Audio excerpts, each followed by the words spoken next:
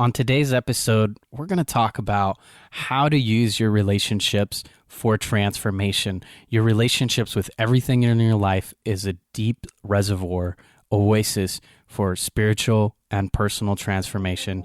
And today we'll be talking about that with Guy Finley. Welcome to Thriving Launch with Louise Congdon and Kamala Chambers, the show for heart-centered entrepreneurs who want it all. 5 days a week, we bring you different segments to inspire you to live a life of freedom.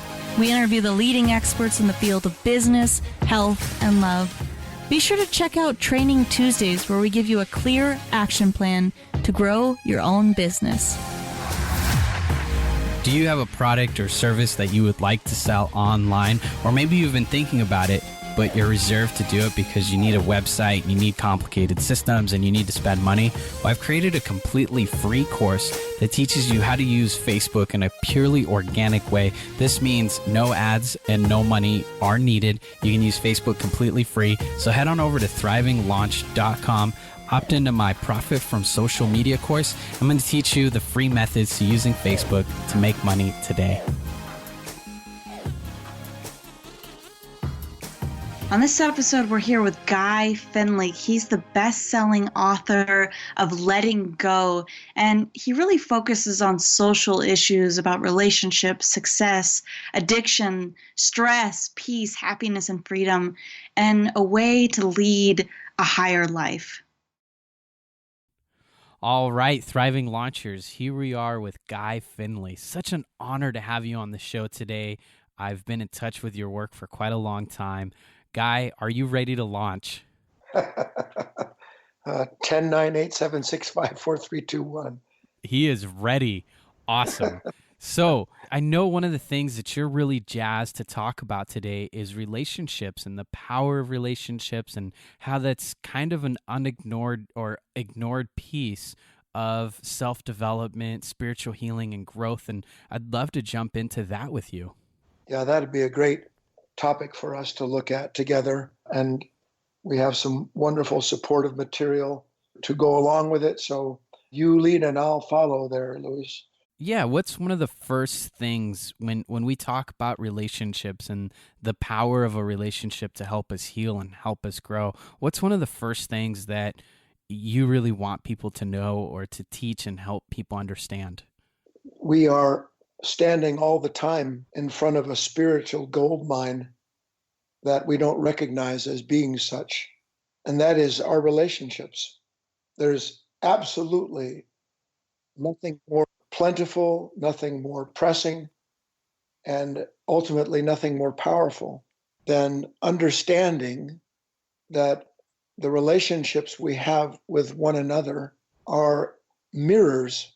They're intended to help us begin the process of another kind of self-discovery that isn't much based in a lot of the platitudes, the pleasing ideas that we have as aspirants, but rather, I like to say that truth, relationships are a full contact sport, that once we begin to understand the real purpose of a relationship, then we also understand what it means to be present and the powers that are there that can help us begin to, in ourselves, the transformation that we seek. So just to launch it out, relationships are the instrument through which we are introduced to ourselves in the deepest and most meaningful way. As an example, like I'm sitting here in my little house on this hill, this mountain in Oregon, and just outside my window, I have my feeders, my bird feeders, and it's fall, and the colors are absolutely striking. Now, when I bring my attention, take it away from thinking about maybe even what I'm going to say, I see the forms, I see the colors, I see the light. And in that relationship, if I'm attentive to it, I can feel things in myself, see things in myself that ordinarily I'm not present to at all. I see the leaves that are beginning to lose their color and drop to the ground, and maybe a breeze picks them up and makes them race across the lawn. I see a tree stripped of its leaves, bare, uncovered. Every last one of these impressions, when they're received as the relationship that they are in the moment, produce an indelible impression in my life. That impression gives me feelings that are otherwise unavailable to me in the moment. So that it's the relationship with the color, the shape, the form, the movement, whatever that may be in the moment, that awakens in me similar qualities that I didn't know live in my consciousness until I'm present to the relationship outside of me that reveals these things to me about myself. So that would be the first thing I would say, that we all get that idea. We're drawn to as I like to say, the timelessness of a night sky, the gentleness of a mother doe with her new fawn, the timidity of a nuthatch, a small bird, or a hummingbird, and that these moments, they give us the most profound sense of ourselves. And in truth, it's why we seek those things. If we're a naturalist, if we love nature, why do we go out into nature? If I love the ocean, why do I like to sit beside it? Because in that moment of relationship, being stirred in me are those exact same timeless qualities, the vastness of my own consciousness that I can't experience so much, or at least not very often, without the presence of the physical relationship outside of me. So we kind of get that idea that we are revealed to ourselves, within ourselves, by our relationships. Are we all on the same page so far? We That's absolutely magnificent. are. Yeah. Yeah. No, that's really magnificent. It's really reminds me of when people say that we need a mirror, that, through the reflection of others or any relationship that we have, it doesn't even have to be other people or the other beings, just reflection from a tree or the ocean. We understand ourselves because of that contrast and because of the relationship. Yes, because in our consciousness that we are by and large asleep within, we have almost no consistent recognition of, for lack of a better word, these divine celestial characters. The timelessness of a night sky that draws me to look up at it isn't that I'm looking at some void filled with little pinpoints of light, but rather through the relationship I experience what is timeless in myself, or I couldn't be drawn to that night sky. I'm drawn. I'm looking out the window. Titus, one of the new fawns, a little male, just walked up. That gentleness, I get to know it in myself. And it is a celestial character. It's not my character. In truth, it's not even the character of that little buck outside my window. It is a celestial attribute that we are awakened to through relationship. So this is why, and most of us get that, we're drawn to one another the way we are. I'm drawn to a man or a woman in my life because when I'm around him or her, I get to meet parts of myself I like. Wow. When I'm with you, I feel this bubbliness. When I'm watching you, I see a strength. I experience a force that ordinarily I don't seem to have access to, but I can see it exists in me because when I'm around you, you move me. You move that same character in me. And we love this idea, even if we've never been able to adequately express it or realize it in our lives. This is why we are drawn to the relationships we're drawn. They help complete in us what we can't yet have as a full-time experience of our own consciousness. This is such a beautiful journey you're taking us on in this world of mirroring.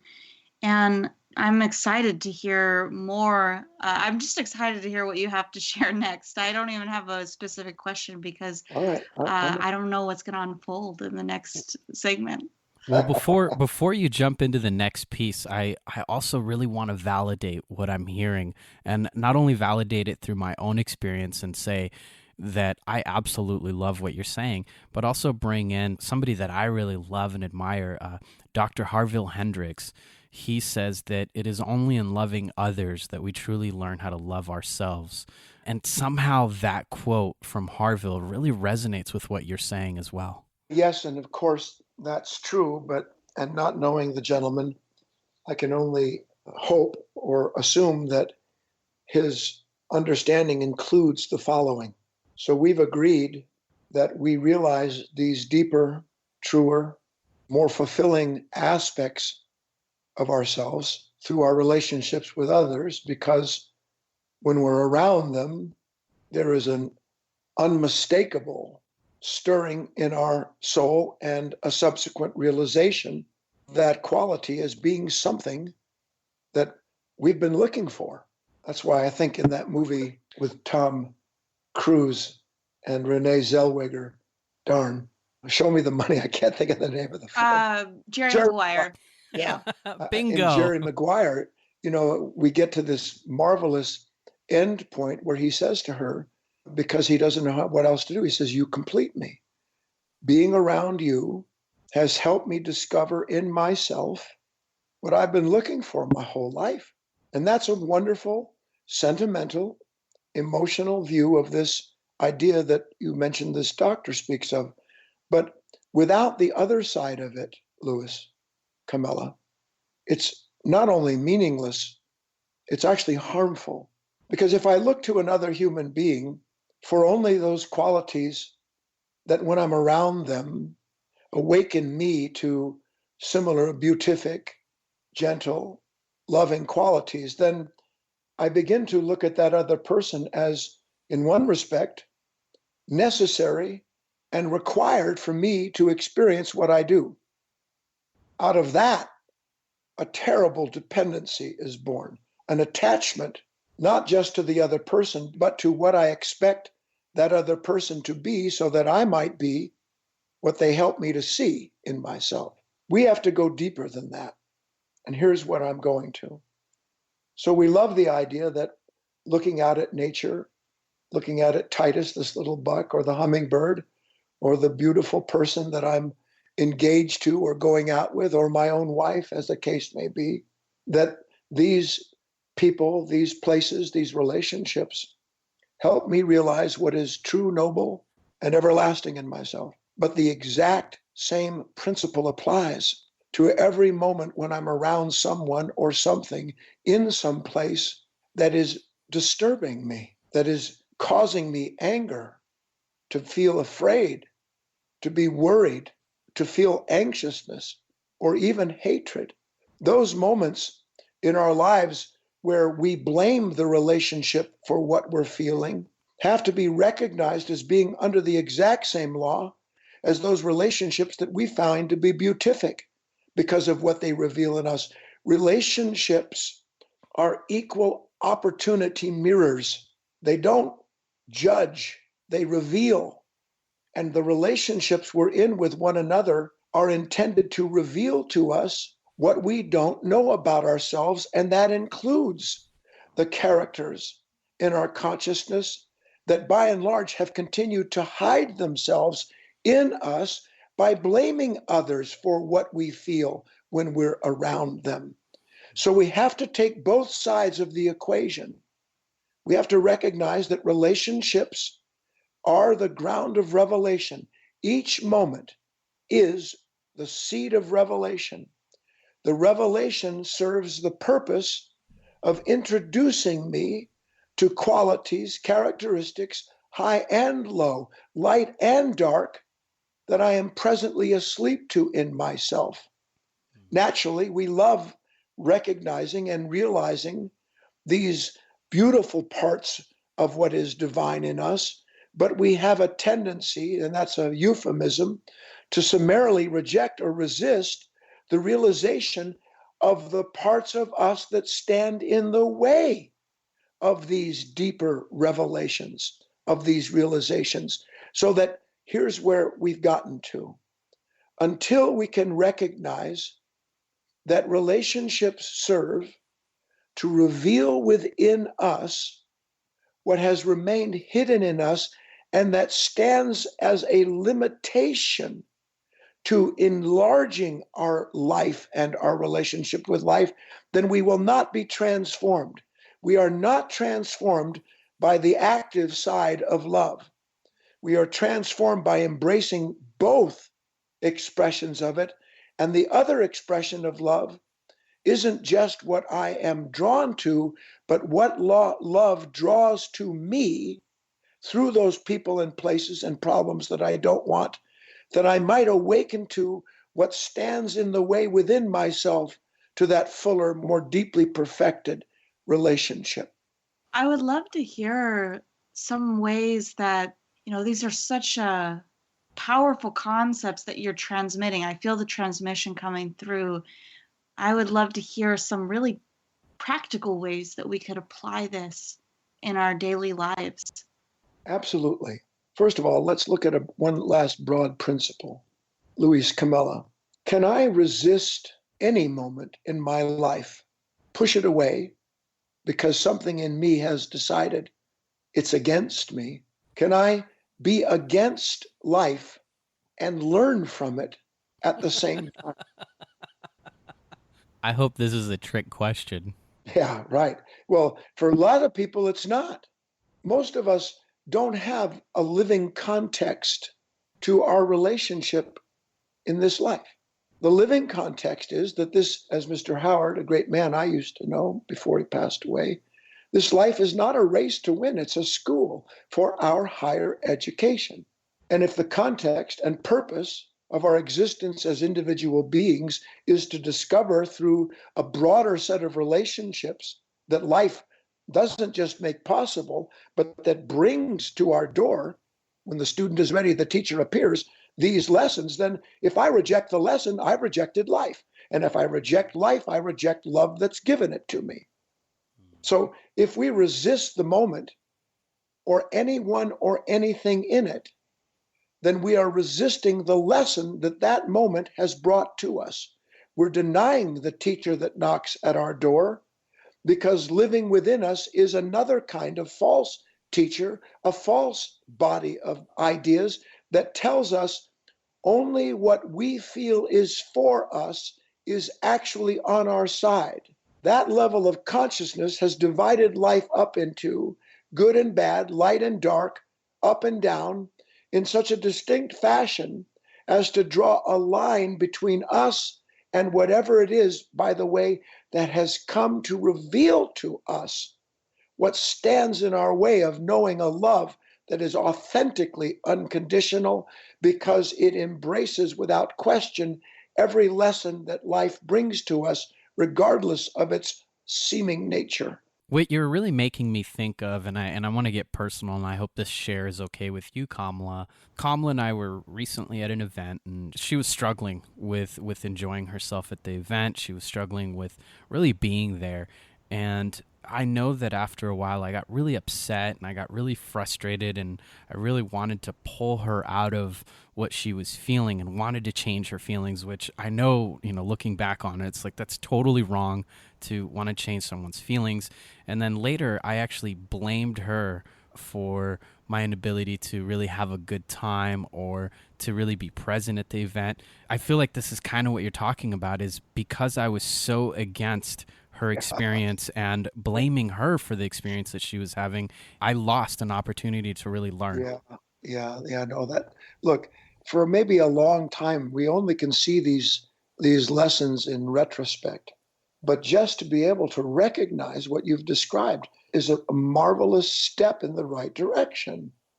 Look, the only thing that bothers us about any other person in our life is what we want from them. Period. I get negative with somebody because unless they are aligned with my wishes in the moment, they're bumming me out. Not so much that I want her to enjoy something, as it is that she's keeping me from enjoying myself. And, rightfully in one respect, because I'm there to share this with her. But where we get lost in these moments is misunderstanding the moment of that relationship. And I don't just mean with our significant other. What is it about any given moment that's troubling to me? Is it the moment itself, or is it that it's stirring in me something that's troubling me? And if something's troubling me about the moment, this is important. That means that I came into the moment with that troubled nature. The condition doesn't create the consciousness that I experience. It reveals the consciousness I'm experiencing. Do you see the difference? Absolutely. And if the moment reveals the consciousness that I've come into the moment with, and that consciousness can only resist or hate the moment or someone in it, then that's what I need to recognize, not to blame the moment or the person. This is why Christ said, love thine enemies. He was referring to the fact that life continually prepares a feast in the presence of our enemy. And in this instance, our enemy is anything and everything in us that summarily rejects or blames the moment as being the cause of our unhappiness. Our unhappiness is because we walk around with a body of psychological formations, creations of the past that were never reconciled properly, that instead of going before us to make the place we're in crooked, because we live from a body of unseen psychological demands, some of which, without knowing it, as part of our essence, require balancing, harmonizing. But when the moment to harmonize through these revelations comes, we reject the teacher and instead stand on the side of this old man, this old woman that lives in us, and that continues to insist, you, meaning Camilla, this event, this temperature, this color, this form, you be what I need you to be so you don't bug me. Wouldn't that be easier? But no, it's not. It's not. No, that's hell. Exactly. That's hell. That's trying to control one another. That's trying to change circumstances to fit what we say through comparison would be much more comfortable for us. I mean, look, everybody listening, all of us understand to some extent what we're talking about. The real question is, how deeply do I want to learn in these moments what will change the whole of me, instead of me trying to change a part of you so that I could be at peace?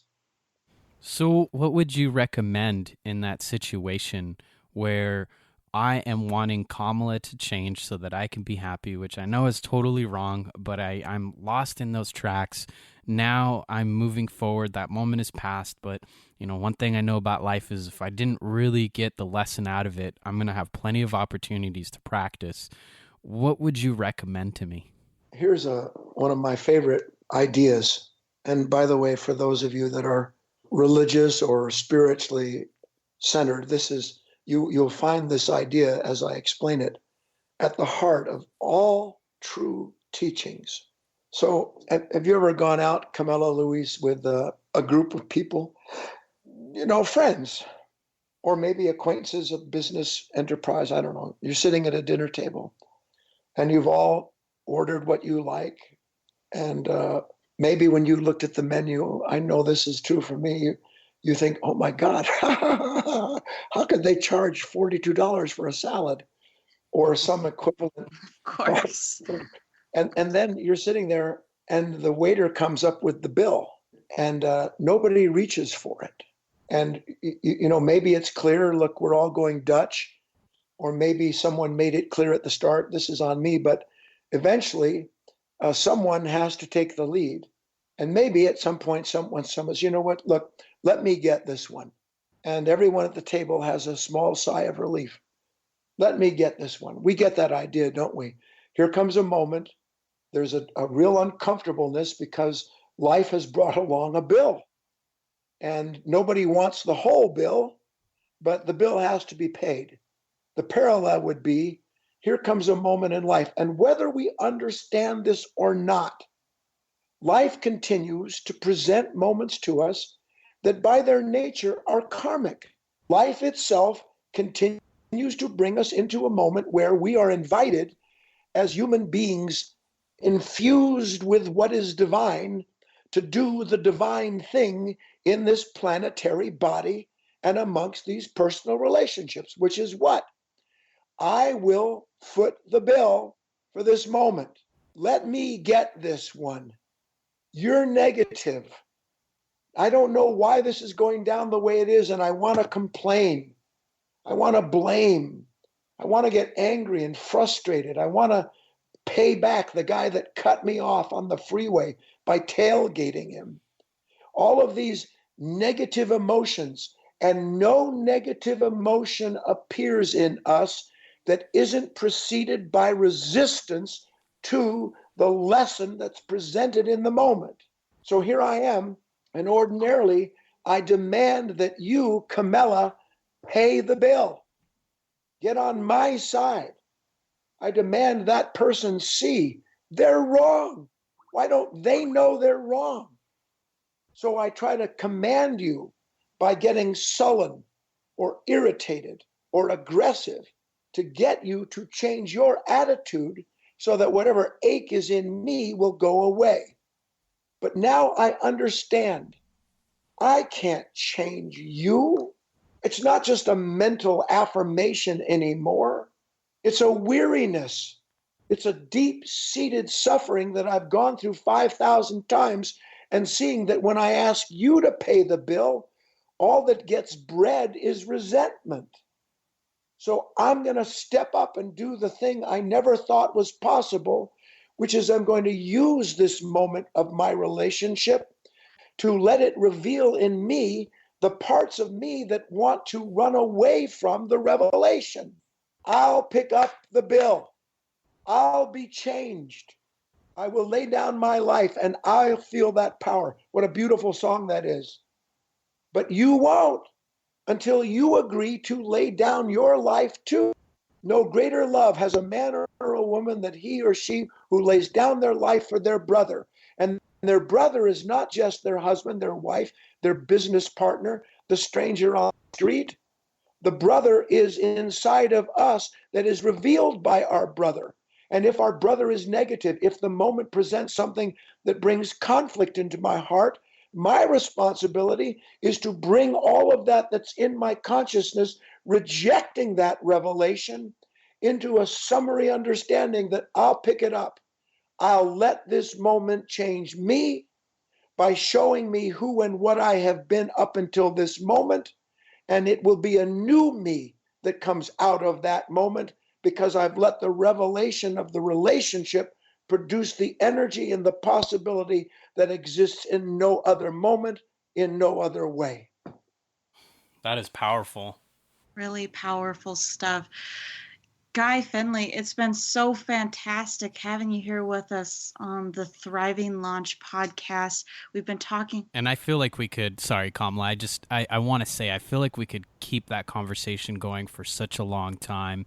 Guy Finley has so much to share about relationships, about using relationship as a magical space to perform alchemy, transformation, incredible shifts.